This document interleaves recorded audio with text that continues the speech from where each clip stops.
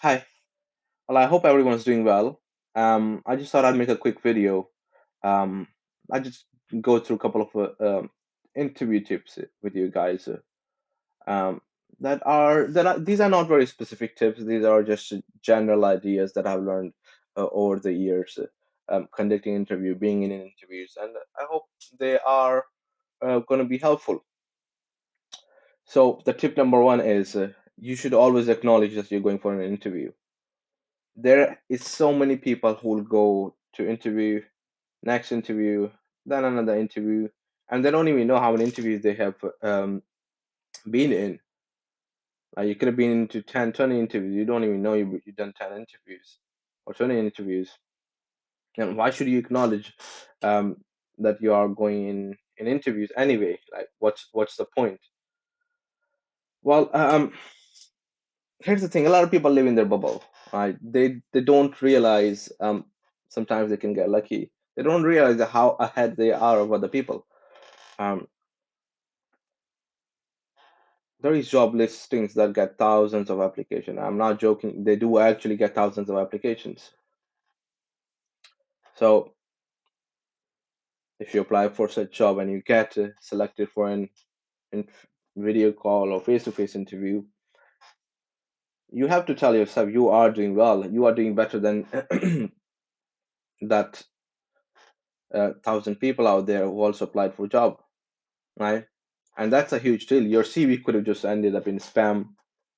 The job listing could have just closed before the CV reached them. Um, many things can happen. The application tracking system didn't read your CV properly. There's so many things that could have gone wrong, but apparently, because you got an interview, every single thing went well for you. So you are in a better place than 99% of the people out there who apply for the job. So you are doing well. I think it's an important thing to acknowledge because if you don't, otherwise you just feel like a machine, interview after interview. You're not getting nowhere. You are getting somewhere. You are already somewhere. So it's worth acknowledging that. So that's tip number one. Um, Tip number two: how do you get rid of nervousness before an interview? Um, some people like to drink coffee, but obviously, as you know, coffee doesn't make you less nervous; it makes you more nervous. It kind of makes you agitated. That's why people drink coffee before workout. You don't want to drink coffee before an interview when you know you are likely to get nervous. It'll just amplify the effect. So, what will work? How do you actually feel at ease when you're in an interview? How can you just communicate things properly, easily? Because obviously you have prepared the answers, right? Many times you have been in previous interviews. Even if this is your first interview, fine. You have to have prepared the answer. You go to the interview, you start talking to them, you say hello, hi, and then something happens. You just get nervous, and you're like, "Why am I even nervous? I should not be nervous. I prepared the answers." And you're like, "Oh, I'm nervous." Yeah, you're nervous, and this is why you're nervous. Obviously, don't drink coffee. I don't have to tell you that. Um, when when a salesperson picks a phone and uh, give a prospect or totally cold calls someone, they're never nervous, you know, because they have just done that so many times before, right? So this is what you gotta do. Let me give you another example. Um, I'm sure a lot of people, a lot of you out there, well, I hope you do. A lot you do physical exercise. What do you do before you start the workout? The answer is you have that intention. You go in the gym and you obviously warm up your body, right? Like nobody will tell you ever. Now here's the trick: nobody will ever tell you that you gotta warm up your brain as well before you go to interview or you're about to do a presentation or anything of such, right? Have you ever thought about warming up your brain before you go for an interview or a phone call? Probably not. So that's tip number one. You got to warm up your brain as well when you are before you go to an interview. Now, there's many ways to warm up your brain. And the easiest one, at least personally, that has worked for me over the years, is to just talk to someone, talk to your family or friend, pick a phone, give them a call, just have a general chat, small, short talk. Just tell them, "Oh, I'm gonna have an interview tomorrow.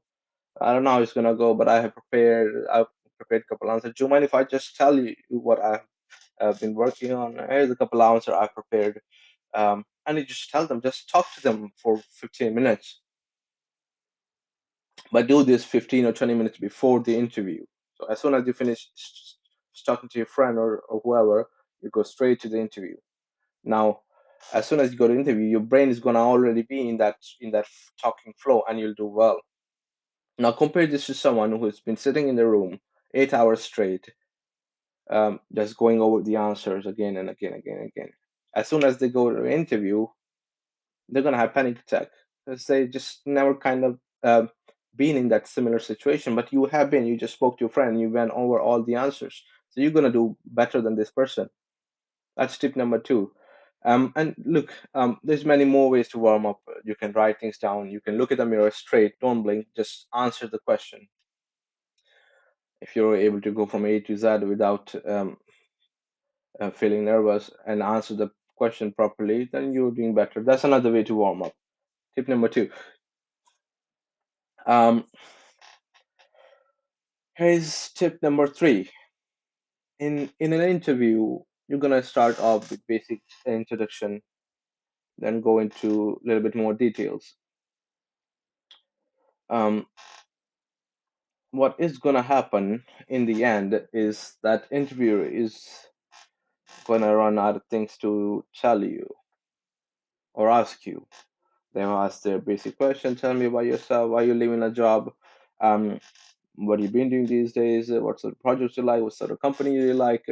They'll ask you these things. Then there's gonna be a point where they won't know what to ask.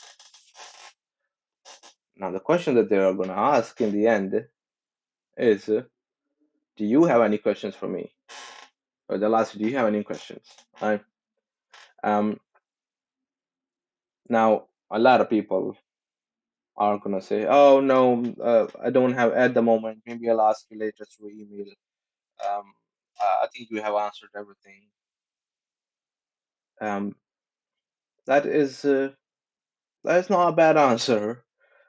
But what we want to do here, we want to save our time. We want to also do things that benefit us, right?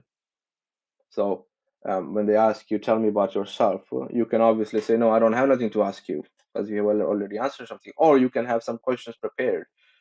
And in that moment, you can kind of force the interviewer to answer a couple of things that they have not answered or they would not want to answer. Most of the time, they'll answer the question. So if you can ask things such as, how many more stages are left after this? Now they'll have to tell you, oh, there's that stage, that's the technical test. Speaking to CTO, speaking to the whole team, then we'll make a decision. And suddenly you have the information. You're not gonna waste your time. If it's 7 stage interview, you know, 7 stage interview. At this stage of my career, when I'm just a junior or something like that, it's too many interviews. There's a good chance I'll just fail, and they're looking for someone senior. So you just save your time.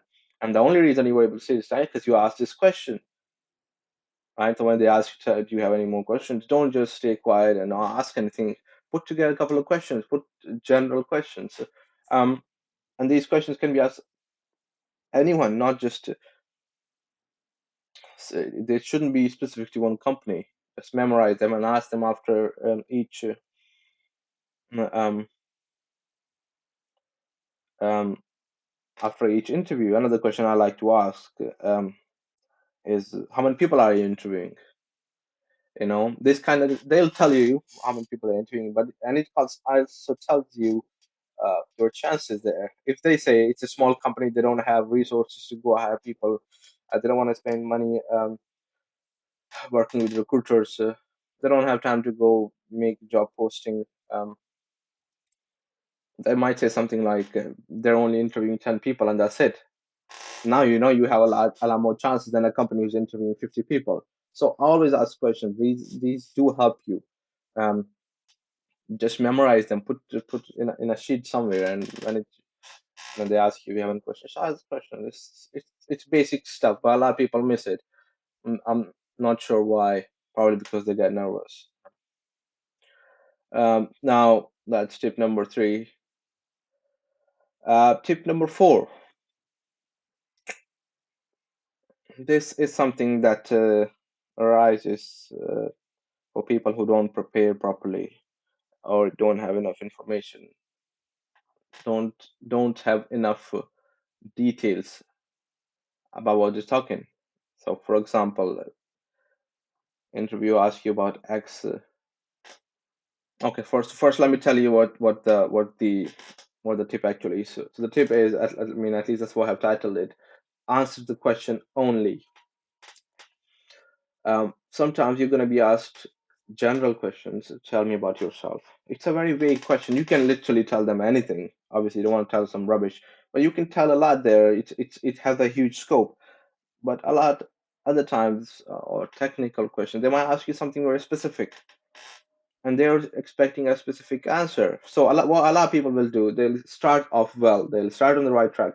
They'll start saying X, Y, and Z. Give examples. Then there will come a turning point, and they'll just change the direction um, of the whole answer. It's like they were on the right track, answering the question. Now they're answering something else. Nobody asked that question, and why does that happen? I mean, I'm sure it has happened to me a lot of times. I've seen this happen to a lot of other people as well. But I generally try not to interrupt people. I just because otherwise I'll just destroy their flow and they'll just get nervous. So I just let them answer. But I know that they ended up not answering the question. So it happens to everyone. Um, so answer the question only. So what can you do about it? Right?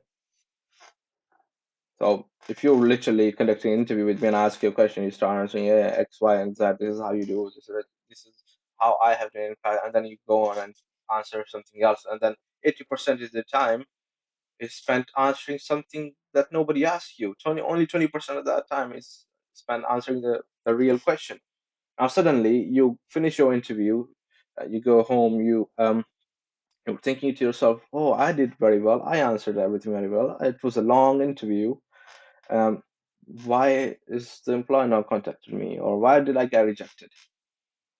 Well, likely the answer is 80% of your all answers were had nothing to do with the question. And the reason 80% of your answer were speaking about something completely different is because you do not have enough information to add to the original answer. Right?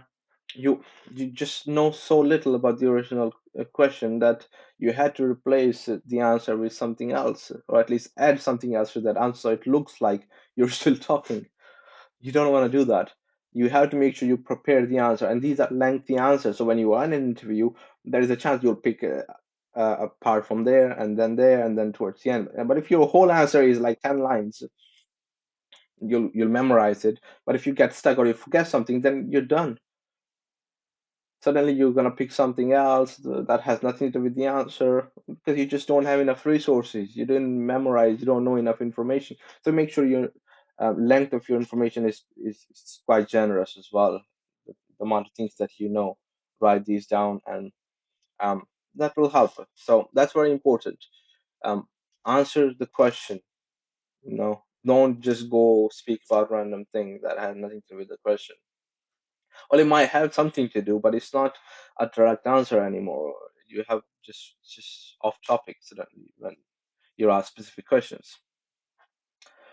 Last but not least, it's just general communication. When you are in an interview, I mean, especially face to face, or even Zoom call, or things like that these days, um, you have to be able to talk, just show talk. You know, make the other person feel like some awkward person. You gotta be just normal. You gotta have this flow, how how to talk to people. When you see someone, you say something, they say something, and end of story. It should not be like that. You should be able to carry on. That's just basic show talk. And it makes the other person feel comfortable. It'll make you feel comfortable as well, because you're like, I started on the left side, the guy's laughing, I'm laughing, and we're doing well. And then you go into the details, and when you're finishing, don't again finish it up with some small talk, couple of questions. Oh, weather is great. I'm not doing nothing for the weekend, or you're doing something for the weekend. Just basic talk. A lot of times, people will do very well in an interview, but how they behave, how they talk is just not good. So they get rejected. They just don't fit the team. So small talk goes a long way. So you got to be able to talk a little bit here. Think just memorize a couple of things, just basic stuff what you're gonna talk about in the end or in the beginning, just to warm up a little bit, break the ice. It's very important to do that. um, if they like you, they might actually end up being biased and put you at the top of the list. But if they don't like you and you're still very good, they will probably put you at the bottom. So keep that in mind. And I hope these tips have been helpful. They're very general. I mean, these are things that I've learned throughout the years. There's many more. Uh, Obviously, you can email me. You can go to my site. You can follow me on Twitter. And good luck.